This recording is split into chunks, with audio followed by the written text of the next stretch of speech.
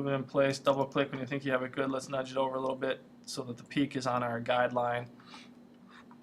And ready for the next step. Okay, so let's take a look at our layers real quick. You'll notice the layer 3 is our house, so let's just name that house yellow, or how about yellow house? Okay, and notice it should be above your tree layer. That's fine if it's above. Let's look at see what it looks like below the tree layer. Maybe it's your preference. Maybe you want the trees in front. I kind of like that better actually. So let's put it underneath the trees layer, but you can mess around with that if you want. Apple T, the house. I'm gonna widen this out slightly a little bit more here, and that works for me. Sorry, Africa, we're covering you up.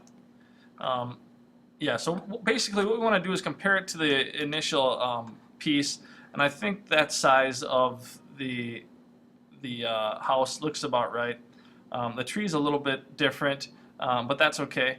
We're still getting this some kind of, we're just tweaking it to make our own here, but we're getting it pretty well made here. Okay, so we can move it down slightly too if we wanted to put it down in there somehow. Looks pretty good. Okay, I think that'll do it. Good luck.